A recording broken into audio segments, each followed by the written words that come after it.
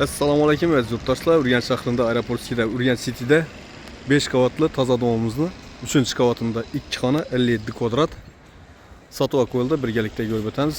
Hozir parkovkada muammo yo'q, deski plosatkalar. Saychan bilan doshib chiqaramiz ketdik. Yurtdoshlar, 3-chi qavatdan yetib keldik. 4 xonadondan tushgan ekan. 57 kvadrat 2 xona, eshigimiz utoplenniy demir eshik ekan. Bismillahirrohmanirrohim. Giravesh prixojimiz keng tushgan. Oyoqlarimiz kafel qilingan. Doğrumuzda sanuzel, bu yan tarafımızda spalni, bu yanımız oshxona, bu yanımız zal. Yangi ta'mirdan chiqqan, ajoyib bo'lib remontdan chiqib turibdi.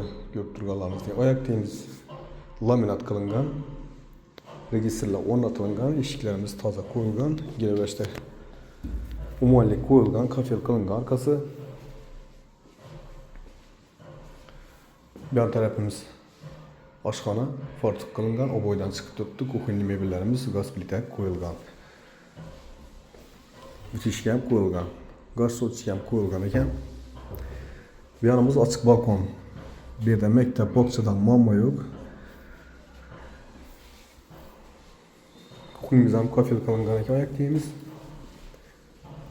Bu yanımız spalni.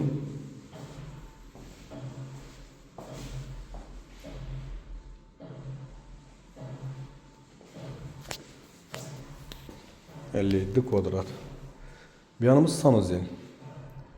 Umumanlik ko'yganlar, areston ko'yganlar 100% kafeldan chiqib turibdi. Unitazlarimiz, vannalarimiz toza qo'yilgan ekan.